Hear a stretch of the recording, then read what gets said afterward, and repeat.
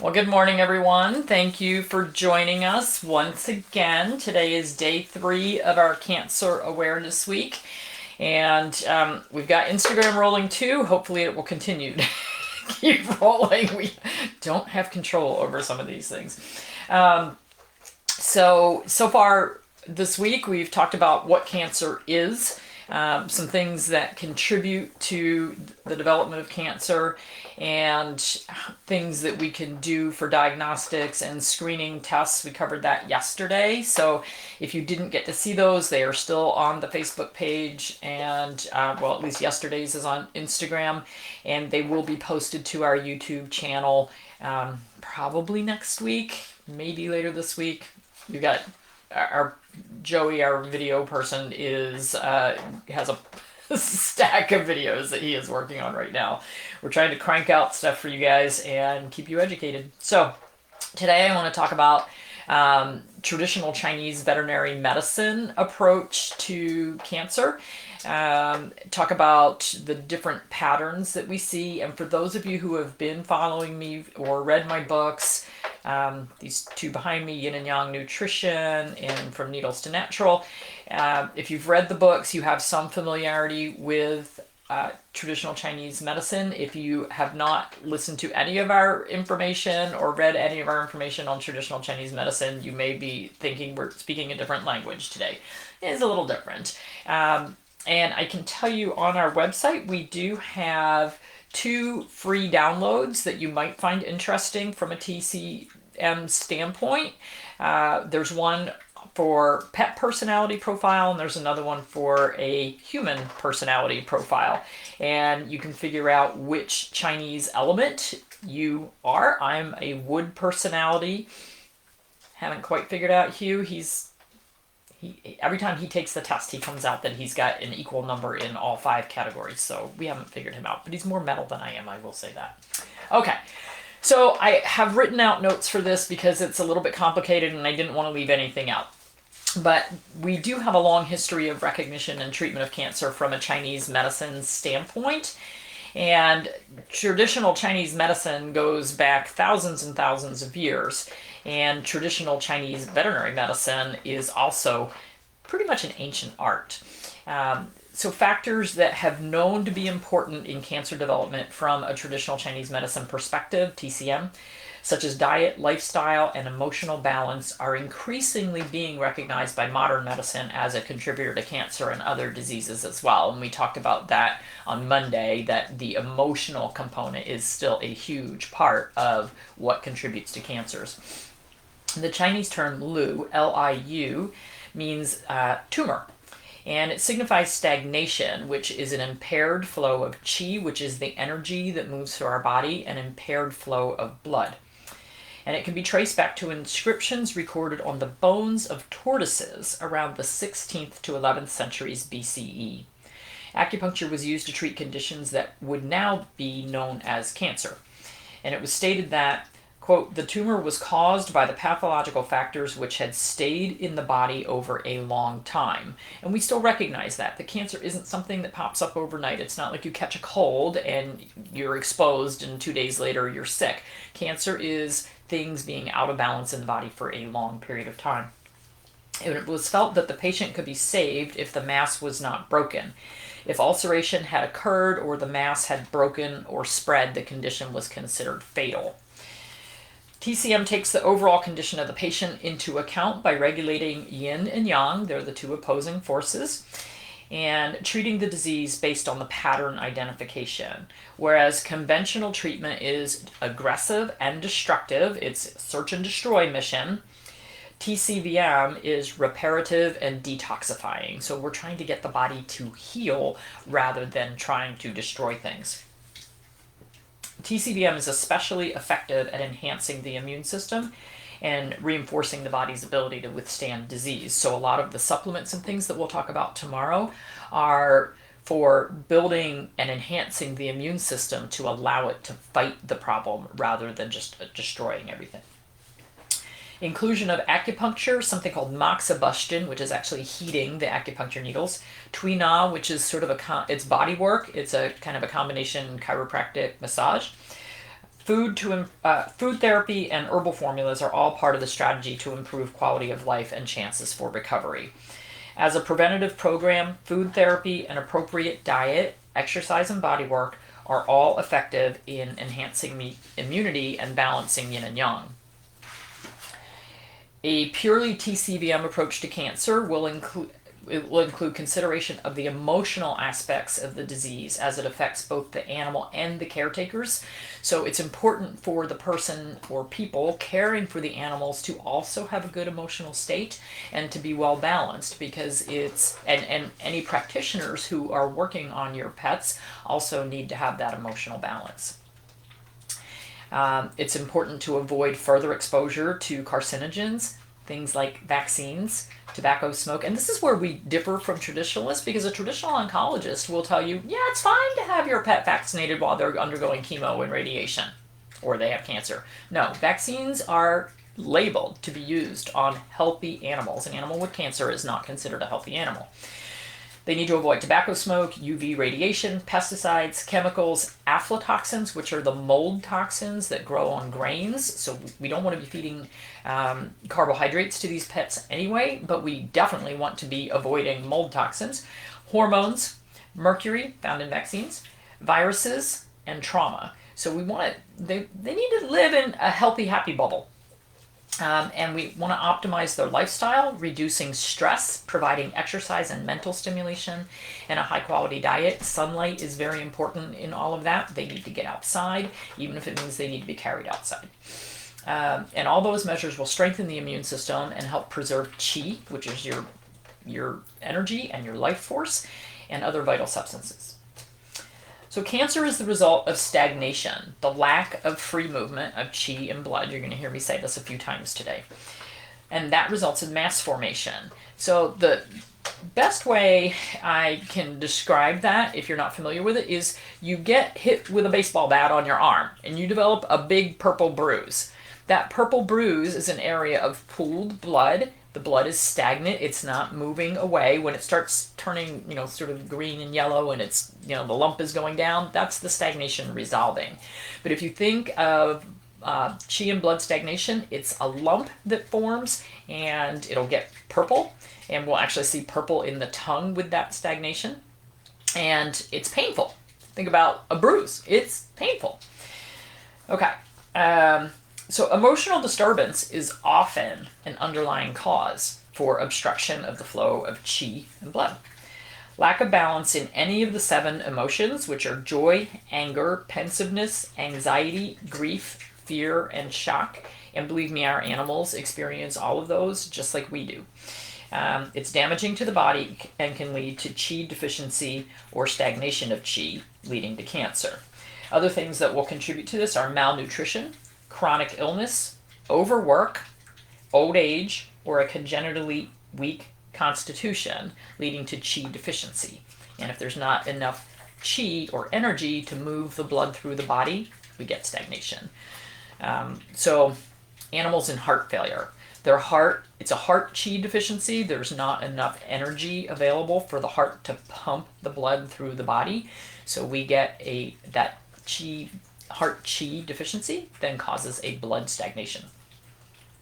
So the major principles of cancer therapy in TCVM are to tonify or support the qi, break down the stagnation and stasis, clear pathogenic factors like heat, inflammation. We talked about inflammation being a huge contributor to cancer formation.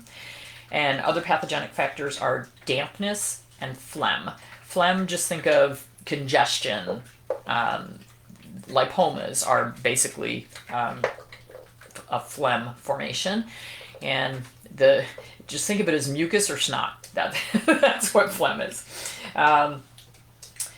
So we are trying to clear the pathogenic factors and detoxify the body. Combination herbal formulas to simultaneously reinforce the qi while breaking down that stagnation and stasis is an important principle of treatment, because qi deficiency is the root of cancer. So that energy deficiency. All right. So external pathogens, heat and damp, can invade from the environment. If you live in an area where it's hot and humid all the time, that leads to a heaviness. Just think when you walk outside and you're like, oh my gosh, you could cut the air with a knife today. That's that heaviness, and that leads to stagnation. It makes us feel heavy. And we can also have heat and damp accumulate from consumption of inappropriate foods. Guess what those are? Highly processed, dry, kibble-based diets that are high in carbohydrates. They're processed at a high heat, and that leads to damp and heat accumulation in the body by damaging the digestive function, which we in Chinese medicine we call the spleen function. So that heat and damp combine to create phlegm. It's not which causes physical masses that are soft and non-painful, like the lipomas, and they obstruct the flow of qi and blood, leading to even more stagnation. Emotional imbalance leads to stagnation. So, for instance, stress or anger or frustration leads to qi stagnation in the liver. So if you have a wood personality, or you have a pet who's a wood personality, think of a lot of the guard dogs. A lot of those are wood personalities. So Rottweilers, Dobermans, German Shepherds, dogs who are used for police work, that sort of thing. A lot of them are wood personalities, and they need that job. And if they're not getting that job, that leads to anger, and all that frustration causes qi stagnation, mostly in the liver, because the liver is associated with the wood personality. Grief or sadness as emotional imbalance affects the lungs. So, and metal is the element of the lungs. So if you have an animal who's a metal personality, they may suffer more from grief or emotional melancholy at the loss of a caretaker or the loss of a housemate. And that can have a bigger effect on the lung for that particular. So every element has their own organ attached to it and their own emotion attached to it. So animals with qi and blood deficiency. So we're going to talk about 5 different types of TCVM patterns. So animals with qi and blood deficiency of both. They may have loss of appetite, weight loss, and this is as is associated with cancer. Weight loss, fatigue, exercise intolerance, bleeding, and or difficulty breathing, urinating, or defecating. And the tongue is going to be pale on these animals, probably be dry, and it may actually have some tooth marks in it where it's up against the teeth. Cancers such as advanced mast cell tumors, lymphoma, and splenic hemangiosarcoma typically fit this pattern. And one of the herbs that, there's a couple of herbs that we tend to use. We would use 8 gentlemen if they've got that weight loss, appetite, fatigue, losing muscle mass. 8 gentlemen is very good for building up that qi, that digestive qi, along with Wei Qi booster. And that's going to tonify the blood and also inhibit mutations. Foods to include for these guys: beef, tuna, liver, sardines, eggs, particularly the yolks, dark leafy greens, beets, figs, dates, apricots, and blueberries. So those foods would be defined on a list as blood tonics, we're adding to the blood, and also qi tonics, we're adding to the energy. All right, for phlegm accumulation, those are generally going to be soft masses like the lipomas. The animals might be lethargic or sluggish. We see this a lot in hypothyroid animals. They may have nausea or vomiting because they've got phlegm accumulation in the digestive system, and they may have swelling, limb edema, which is swelling of the limbs, or generalized weakness. Their tongue will generally have a greasy coating on it. Herbs for this, there's one called Max's formula, very good for dissolving that phlegm. It's the general herb, and then we would add specific herbs depending on where the tumor is located, for instance, in the brain or on the thyroid gland. Foods to supplement for these are going to be things that resolve phlegm: apples, almonds, clams, shrimp, seaweed. You want to avoid peanut butter, dairy, wheat, and processed foods, particularly dry kibbles. All right, so the third pattern that we might see is chi blood stagnation. This is where things aren't moving. Remember I said that's painful. So these animals will have more pain from their masses. They'll probably be irritable. You may see a purple tinge to their skin, a lavender tinge, and you'll definitely see it on the tongue. And getting to look at your animal's tongue, it's best to just kind of lift the lips on the side and peek in. If you or look at them when they have their mouth open for something else. If you crank their mouth open, what happens is they pull their tongue back into the back of their throat and it'll change the color. And you don't want to look at their tongue after they just came in from running around like a banshee, because it's going to be darker than normal because they've really got their blood pressure up and their blood flowing. Okay, so chi blood stagnation, sharp pain, irritable, purple tinge to the skin and the tongue. So we want herbs to move stagnation. So again, we could use the Max's formula, and there's one called Body Sore, which is very good for this. For foods for this, tangerine peel, hawthorn berries, mustard leaves, those dark leafy greens, basil, apple cider vinegar, coriander, and turmeric. So this is where golden paste would come in very handy for these guys. So, well, maybe I have 6. For blood stasis, these, again, are going to have a high level of pain. This is, think of that big bruise. Worse with pressure or massage. You've got that big bruise, you don't want it touched. Painful, irregularly shaped masses, and this is a later stage of the cancer.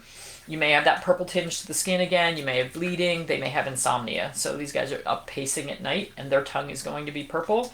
And main herb for this is going to be stasis breaker, and we'll add herbs to target wherever the tumor is. So if it's in the upper part of the body, the lower part of the body, on a limb, that sort of thing. Foods for this that we would add: hawthorn berries, apple cider vinegar, chive. Probably wouldn't use chives in cats, but we can use them in dogs. Crab and saffron. Saffron's expensive. Well, crab's not cheap either. Depends where you live. Okay, and then our last one is stagnant toxic heat, and this is mid to late stage cancer. These animals will be very hot. They'll act feverish. They may actually have a fever. They're going to seek cold. They're going to lie on those cold tile floors. They'll go outside and lay in the snow. They have acute pain. They're very irritable. They may, because they're so dry and hot, they may be constipated. They may be very thirsty. They may have a dry mouth. They'll have concentrated dark urine, and they may have foul-smelling discharges, and that a lot of times is secondary to infection around the mass, or where the mass is actually dying, where it's killing off its cells. And the tongue here is going to be dark red to purple with a yellow coating. Common cancers for this, and we're talking the later stages of these cancers: osteosarcoma, bladder cancer, fibrosarcomas. These are destructive cancers that cause heat, dampness, and phlegm accumulation. The herbs for this are going to vary with the cancer, but we're probably going to have to use strong herbs if the animal's constitution can tolerate it. Foods for this would be chopped dark leafy greens again, gizzards, tripe would fall in that too, whitefish, turkey, rabbit, and winter squash, things that are nice and cooling to the body. So we're looking for those yin tonic foods, cooling foods. And we want to avoid excessive animal fats. So things like coconut oil would be fine as a fat, but we want to avoid excessive animal fats for this one. Research has shown that inflammation is a major factor in the development or exacerbation of cancer. If heat is cleared, inflammation and infection in and around the tumor will be controlled, and growth of the tumor is inhibited. Herbs and foods that clear heat have been shown to have direct anti-tumor effects, regulate the immune system, decrease inflammation, and relieve fever. So this is a very interesting study done by a researcher and practitioner, Ari Thorensen. He has developed single needle acupuncture technique where only one acupuncture needle is placed. And the results have been really promising. 80% of his patients show complete resolution or significant regression of their cancer, and the remaining 20% experience no further progression. So if you can find a TCVM practitioner who is familiar with the single needle technique, it's very popular with Japanese practitioners of acupuncture, but if you can find someone who is familiar with that technique, it can be very, very helpful. All right. Without a healthy diet and lifestyle, acupuncture and herbal medicine alone cannot heal or prevent the reoccurrence of chronic illness or cancer. You cannot out-supplement a poor diet. Use of whole foods as a source of vitamins is preferable to vitamin supplements. So we want to use whole food supplements, not synthetics. Omega-3 fatty acids have a strong influence on yin and are an important means of food as medicine, especially in cats. Herring oil, we'll talk about this more tomorrow, herring oil, salmon oil, are the best sources for kitty cats. Make sure they're clean sourced and tested for heavy metals if you're using fish oils. Low glycemic foods should be fed. While some animals do well on a high protein, low carb diet, others will lose body weight and become lethargic. In those cases, the carbohydrate content should be gradually increased until the weight stabilizes using low glycemic foods.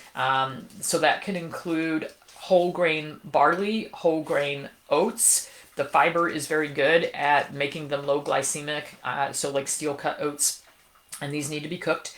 Barley is also a good blood tonic. Sweet potato or yam, cauliflower, mushrooms, broccoli, spinach, lentils or black beans, again, good blood tonics. I'm not a huge fan of using them, but if we have these animals who are just dissolving their muscle mass, can't hold any weight on, we need to gradually start adding things in. We can do that with fats, but like we said, in the late stage disease, adding too many animal fats can be problematic for these guys. Processed dry kibble is high glycemic, depleted of whole food vitamins, and uses synthetic vitamins, usually, that often the body does not recognize or use. The net effects of processing foods into dry kibble are to make the diet pro-inflammatory and less nutritious. Raw foods provide a non-inflammatory diet. Given the close association of inflammation and insulin-resistant tendencies with the development of cancer, diet is the foundation of cancer care. Animals who are spleen deficient, and the symptoms of that, so this is their digestive system is not working well, may include nausea, poor appetite, diarrhea that is what we call a cold diarrhea. It has undigested food. It doesn't have a really foul odor. It doesn't have blood. It doesn't have mucus. They may have more flatulence. They may have more gastro reflux, muscle weakness, and fatigue. So those are symptoms of a spleen deficient animal. They'll have a pale tongue, frequent urination. Steroids and antibiotics can contribute to the damage to the digestive function. So if part of the protocol includes steroids, which most lymphoma protocols do, you need to support the spleen with gently cooked foods. These animals are not going to do as well on raw diets. They have a hard time processing it. So for these patients, warm foods that are steamed, lightly stir-fried, or cooked on a low temperature in a slow cooker. You can use congis. There's a recipe for congee in my books and also on the website. Or soups that you make, stews. That ensures healthy nutrition for these guys. We never want to feed food cold out of the refrigerator or freezer. So if you're feeding a raw diet, it still has to be brought up to body temperature, however you want to do that. You can sit it out on the counter for a little while. You can sit your container in a bowl of hot water so that it's warming from the outside. I don't know if we should be microwaving food for these guys or not. I really like things that are slow cooked for these guys, but again, when you take it out of the fridge to feed it, you've got to get it up to temperature. Adding digestive enzymes to the meals of all cancer patients will help them get more nutrition from every meal because a lot of these guys are not digesting as well. So there you are. That's TCVM cancer in a very fast nutshell, and I know it for people who have not looked at TCVM at all, but it's great information and can be really helpful in getting these animals turned around. If you are looking for a holistic practitioner that does TCVM work, you can look on ahvma.org, which is the American Holistic Veterinary Medical Association. You can also look on AAVA, and I don't know the exact website for that, but that's the American Association of Veterinary Acupuncturists. AAVA.